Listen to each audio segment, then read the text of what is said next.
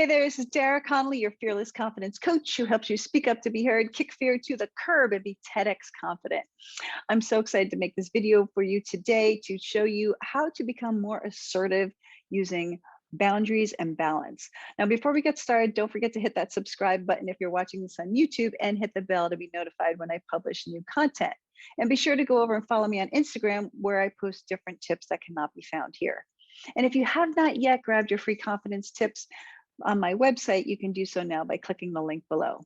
Okay, so let's get started because a lot of us worry about when we are starting to exude assertiveness and practice assertiveness that it's going to come across too harsh or people will judge us or we may get reprimanded or face retaliation or maybe even cross over to aggressive. But here's what I want you to understand is that when we think about assertiveness, okay, assertiveness is actually healthy. It creates balance in relationships. That's important to remember. Balance is something that is meaning you get what you want, I get what I want. We are creating a balanced dynamic in the relationship where your needs are met, my needs are met, the needs of others are met. So assertiveness is not a bad thing. Okay, assertiveness is actually healthy in relationships. The other thing that assertiveness will provide for you is boundaries, right? We set boundaries. I hear a lot of times women say, I have trouble setting boundaries. People tend to walk all over me. I try to set a boundary. It's ineffective. Okay, let's pause for a moment and think of it like this.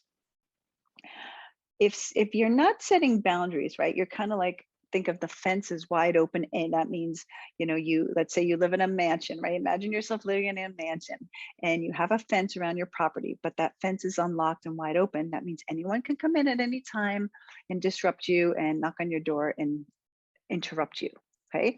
Boundary is keeping that fence locked and them ringing the doorbell and you looking on a little video camera to decide if you want to let that person in. That's all it is. It's creating a barrier before they get too close to you. So boundaries are important for security, important for safety, and it's also important to maintain your self-worth.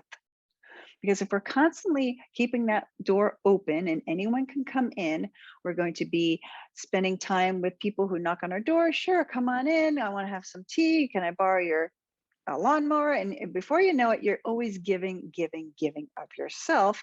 And so your self-esteem, self-worth starts to go down. So we need to create boundaries in order to keep ourselves at the level we want to be. So assertiveness is creating healthy boundaries and healthy balance in relationships. There's nothing wrong with keeping that fence locked. And when somebody rings the doorbell and says, can I come over? I was just driving by. Can I pop in?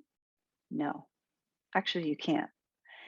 Saying no is healthy, remember, and it's important to say no in a way that lets the other person know it's not a good time for me. I didn't apologize, just no, you can't come over right now.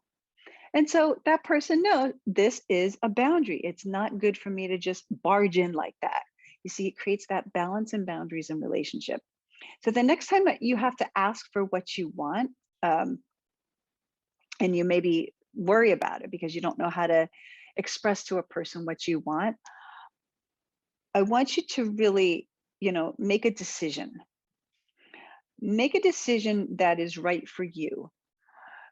And you have to ask yourself, do I have time and energy to give of myself to this person right now? Do I have time and energy? And if you don't feel bad about it, but the answer is no.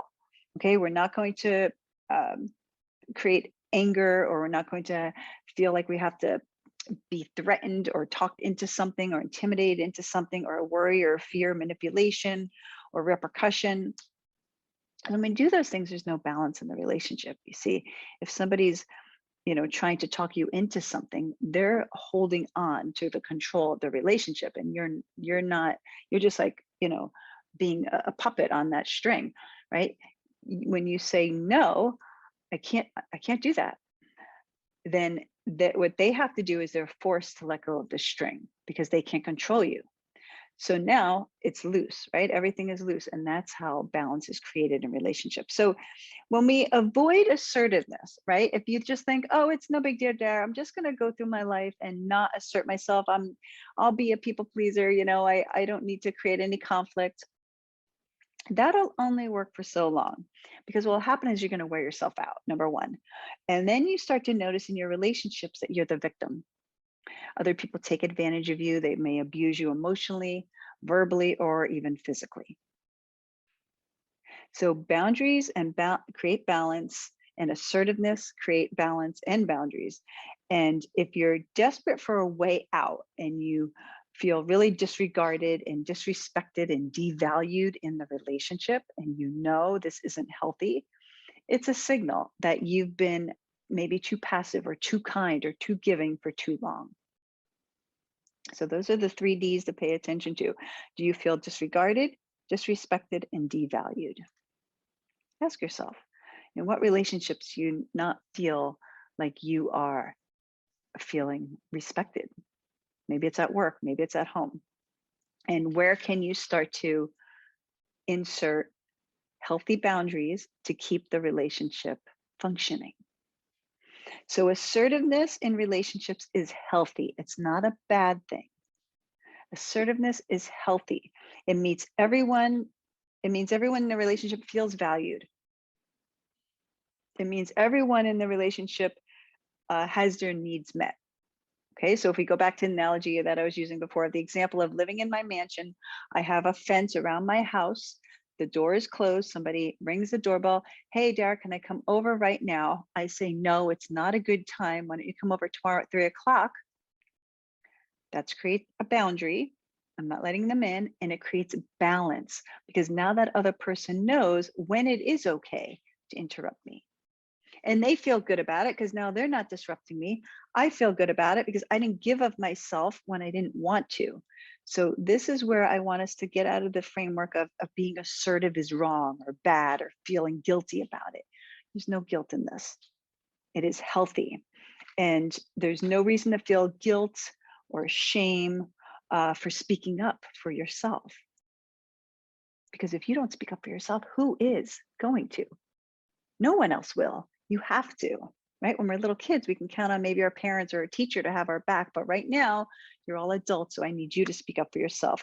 And when you maturely show up and show the other person that you respect yourself enough by creating that assertive communication and setting a boundary and creating balance in the relationship, the other person respects you more. So now I want to hear from you. So go ahead and post a comment or click the link below to jump on a call with me. I can't wait to discuss this more with you. If you need a little bit of help on how to establish healthy communication using assertiveness, feel free to reach out to me. In the meantime, you are amazing.